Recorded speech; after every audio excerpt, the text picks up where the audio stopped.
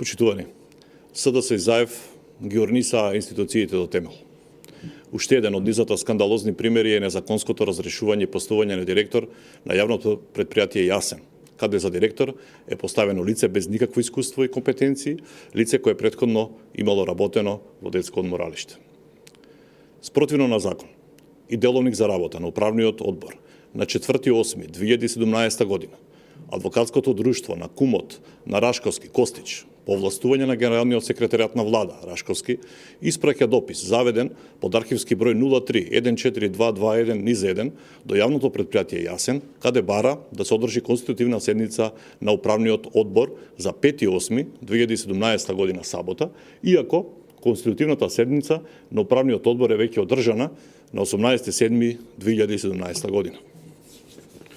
Еве ги документите. Ова е документот каде што се бара закажување на конститутивната седница, а ова е документот каде што директорот на ЈП Јасен известува дека таа веќе е одржана на 18.7. Прашуваме, за кој управен одбор се однесува барањето за свикување на конститутивна седница? За овој кој се конституирал на 18.7.2017 година или можеби владата има назначено друг управен одбор, како што беше случајот со катастерот, каде владата назначи дури 3 различни управни одбори.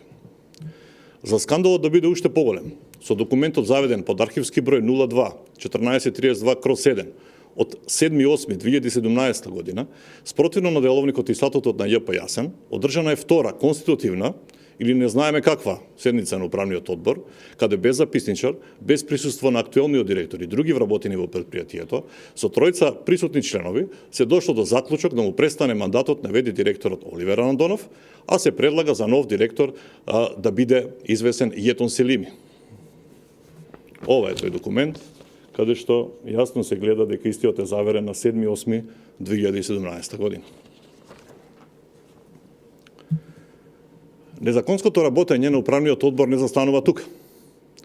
На 11.8.2017 година се одржува трета седница на управниот одбор, на која бил поканет и присуствувал ВД директорот Оливер Андонов, и на која седница е донесена одлука за разрешување на ВД директорот Оливер Андонов, заведена под број 02-1481/7 од 11.8.2017 година.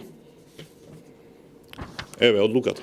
Значи, од 11.8.2017 година. Во истиот ден се донесува одлука и за именување на нов ВД директор, заведена под архивски број 02-1487/2 од 11.8.2017 година, каде се именува Јетон Селими. Еве одлуката од 11.8.2017 година.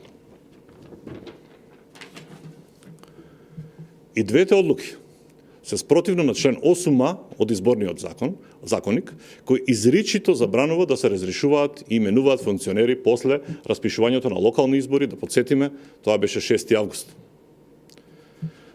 Потврда дека одлуката за разрешување и именување на директорот на ЈП Јасен е донесена и спроведена на 11.8.2017 година е и записникот за примопредавање меѓу двата директори, заведен под архивски број 03-1482/7 од 11.8.2017 година. Еве го тој записник каде што двата директори прават примопредавање на функцијата.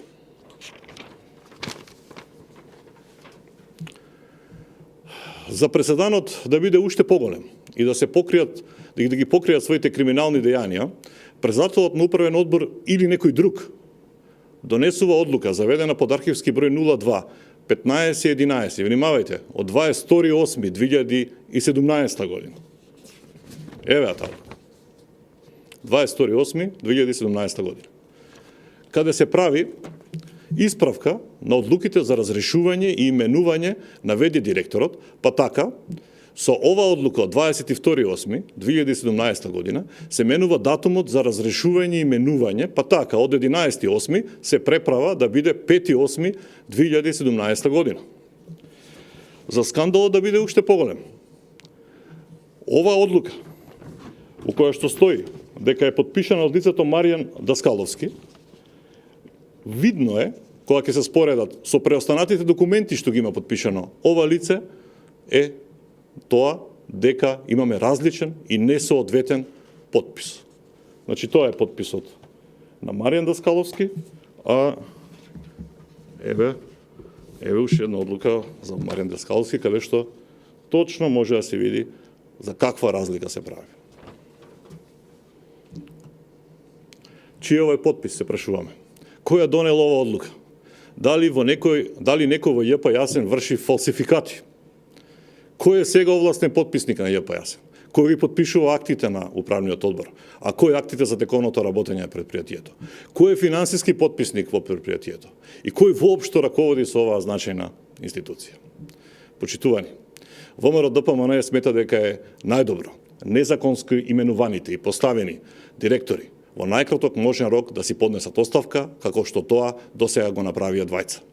Ароганцијата и насилничкиот и незаконски начин на владење на СДС граѓаните веќе го препознаа и конечниот суд ќе им го кажат на 15 октомври на локалните избори, каде ќе бидат жестоко казнети. Ви благодарам.